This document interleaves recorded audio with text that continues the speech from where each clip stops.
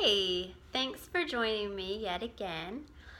I just want to take a second and talk to you all about a topic that I'm very passionate about, and that is food. Um, God, so many people ask me so much about food. What do you eat? What do you not eat? How often do you eat? Oh, I feel horrible after I eat. I feel horrible if I don't eat. There's just all these ideas and concepts and experiences that people have around food, and I find it very fascinating. So I thought I would take a second and just chat with you all a little bit about the topic. So it's spring, and a lot of people have weight loss on their mind, or at least getting in a little better shape, and they're trying to eat a little bit healthier. And while that is awesome, I encourage all of you to eat healthier and to pay closer attention to what you're putting in your bodies, because it's for nourishment and it's fuel, and we want to make sure that we're giving ourselves the best quality life that we can possibly give ourselves. And one way to support that is through a really healthy diet.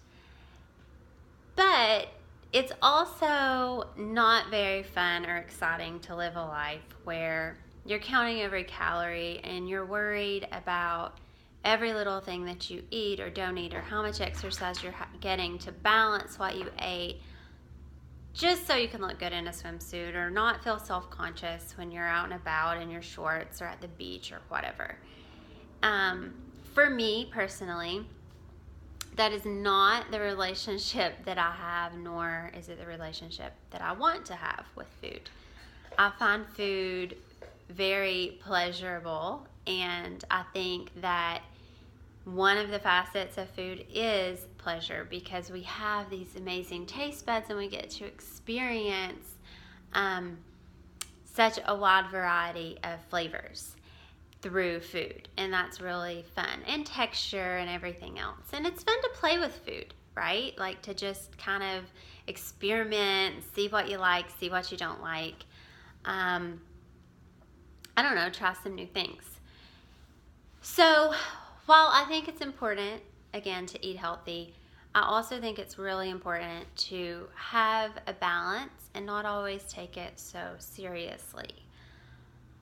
One way that I do this is I'm vegetarian. I've been vegetarian, some form of vegetarian, pescatarian, vegan, something, for the majority of my life now, for almost 25 years.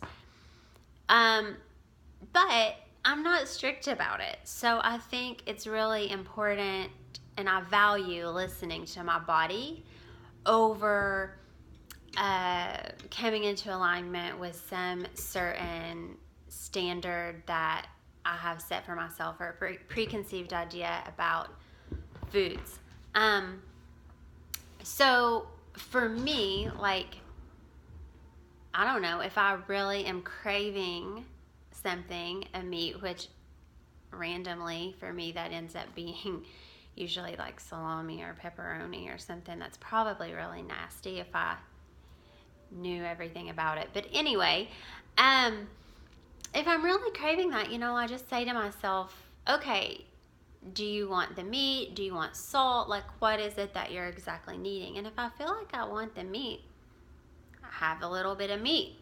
And, I think that there's absolutely nothing wrong with that. And I have friends that eat meat on a regular basis, and again, I don't think it's a big deal. I think definitely pay attention to what is your source and how are the animals treated, and do they have a bunch of stress hormones pumping through their body, or do they have happy hormones pumping through their body because they've lived a life that they were meant to live, and they died a graceful, beautiful death to be able to serve you by nourishing your body.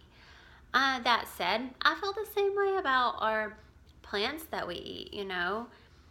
Are you eating fresh fruits and vegetables that are GMO and pesticide free that really get to flourish and enjoy all the different aspects of being a plant? Or are you eating something that was basically created in a test tube, or that's just been poisoned its entire life and then in turn can only give you poison, even though it's really supposed to be there for nourishment? And I also think, there's a lot of stuff out there right now about don't eat sugar, or, don't eat fat, or have a little sugar, or have only this kind of sugar. Well, what do you think? How does your body feel when you eat those? I think it's really important to just pay attention to your body most of all over anything. So if you notice that you feel like crap when you eat certain foods, stop eating them. If you notice that you feel amazing after eating certain foods, continue to eat those. I actually had a little aha moment today because I had lunch with a friend, and after lunch I noticed, like, gosh, I'm feeling kind of bloated. I'm not really feeling like great after this meal, and I want to feel great after I eat a meal. And I was trying to process in my mind, like, what it could have been, that I ate specifically. And it just dawned on me that it really doesn't matter. Because if I pay attention to how I feel once I eat something, and I just don't eat that thing again, or if I try it again but in a different combination and it still just doesn't sit well with me or whatever, then after a couple of times, like, okay, cool, maybe I just shouldn't eat that anymore. And if I do that consistently, then I'm automatically going to be avoiding the things that don't serve me, and I'm automatically going to be eating the things that do serve me, that make me feel really good. And so I just encourage you, pay attention to your bodies. Pay attention to how you feel after you eat. Does your belly feel happy and good? Are you energetic? Are you ready to go engage the world? Or do you feel sluggish, ran down? Does your stomach hurt? This is gross, but are you running to the bathroom all the time? Like, just pay attention. On the other hand, maybe you're really getting constipated. Just pay attention. The goal is to eat foods that make you feel really great. And if you do that, you don't have to worry about every little thing that you eat. You don't have to count your calories because you're already living a healthy lifestyle. You're staying active, and you're eating foods that bring your body nourishment, joy, beauty, life, vitality, all the things that you want. So I encourage you to go out, eat, have fun with food, pay attention. If you need to keep a journal, if that would help you, keep a food journal for maybe a month or so. If you just recognize, because you're very present with yourself and you happen to just be one of the people that can remember, oh, that doesn't make me feel good, or that makes me feel great, then use that method. But try not to get caught up in all the madness of, it's swimsuit season, you gotta be thin.